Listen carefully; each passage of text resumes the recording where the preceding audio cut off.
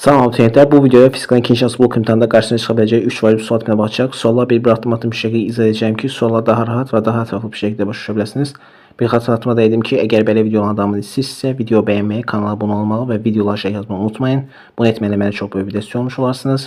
Hər birinizi çox sevirəm. O zaman vaxt itirmədən başlayaq. Demək ki, bir sualımıza başlayaq. Birinci maddə hissəsində yerləşmiş düz cərəyanın nağarı təsiri ampere qüvvəsi istiqaməti vermişdir. Həmin sahədə indüks vektörü hansı istiqamətə yönəlmişdir? Bu otomatik öncə bir sol qaydasının istifadə edir. Yəni qısaca açılan dörd barmaq cərəyanın istiqaməti, ovucumuzun içi indüks vektörünün daxil olduğu tərəf, baş barmaq isə ampere qüvvəsinin istiqaməti. Bunu buradan bildik. İndi bunlar əsasən biz indüks vektörünün istiqaməti var. İlk öncə sualımızı götürürük. Ampere qüvvəsi bu istiqamətədirsə, baş barmağımızda bu istiqaməti. Görürük ki, cərəyan istiqaməti nöqtədir. Əgər cərəyan istiqaməti nöqtədirsə, demək bizə görünən tərəf nöqtədir. Biz də bilik ki, əgər biz cərəyanı ox kimi təsəvvür etsək, oxun iki tərəfi var. Bir bu tərəf, bir də bu tərəf. Bu tərəf nöqtədir. Bu tərəf isə x-dir. Əgər bizə görünən tərəf nöqtədirsə, deməli bizə görünən tərəf nöqtədir. Nöqtədə olması üçün, deməli ox bizə doğru gəlmədi ki, biz oxun uç tərəfini, yəni nöqtə tərəfini görmüş olaq. Onda ox bizə doğru gəlirsə, yəni şəkil müstəvisinə bizə doğru gəlsə, deməli dörd barmaq, yəni cərəyanın istiqaməti bizə doğru gəlir. Onda dörd barmağı özümüzə tərəf tuturuq. Baş barmaq ampere qüvvəsi istiqamətinə, onda indüks vektörünün istiqaməti hansı istiqamətə yönəlir? Ovucumuza doğru, yəni aşağıya doğru yönəlmiş olacaq. Buna da uyğun olan variant hansı variantı? Y variantını bizə verir. Yəni cavabımız olacaq burada Y variantı. İndi keçək növbəti sualımıza.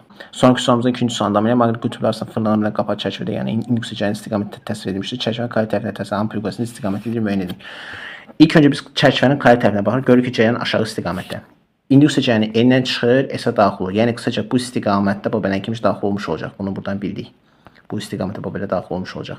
İndi indüks cərəyanın istiqaməti bildik, ampere qüvvəsinin daha doğrusu cərəyanın istiqamətini bildik. Onda biz ampere qüvvəsinin istiqamətini tapa bilərik. Amma ampere qüvvəsinin istiqamətini tapmaq üçün biz burada sol qaydasını istifadə edirik. Yəni qısaca sol qaydasına görə açılan dörd barmaq cərəyanın istiqaməti, baş barmaq ampere qüvvəsinin istiqaməti, ovucumuzun isə indüks vektörünün daxil olduğu tərəf. Deməli, onda mən bu hissədə, yəni kare tərəfində əlimi bu cür açsam, mən burada ampere qüvvəsinin istiqamətini tapa bilərəm.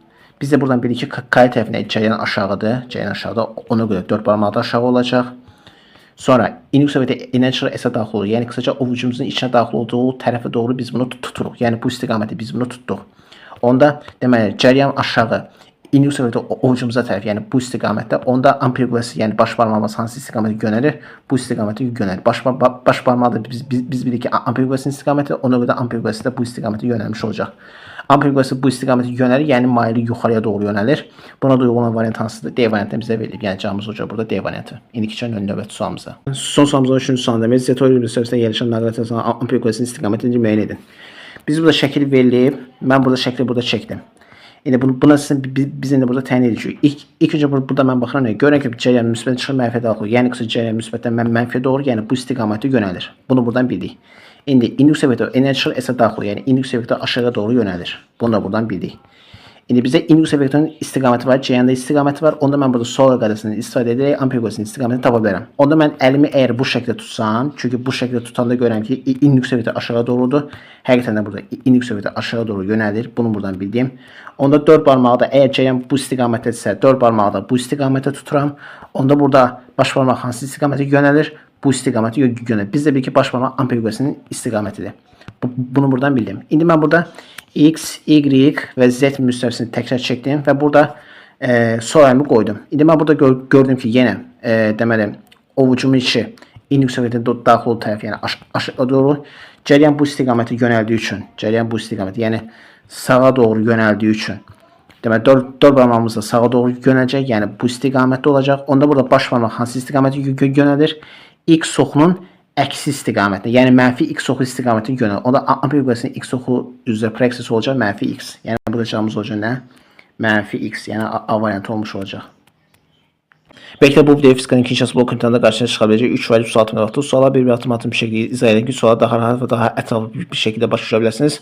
Ümid edirəm ki, bu video sizə çox faydalı oldu. Əgər belə videoların davamını istəyirsinizsə, videoyu bəyənməyi, kanala abunə olmağı və videolara şərh yazmağı unutmayın.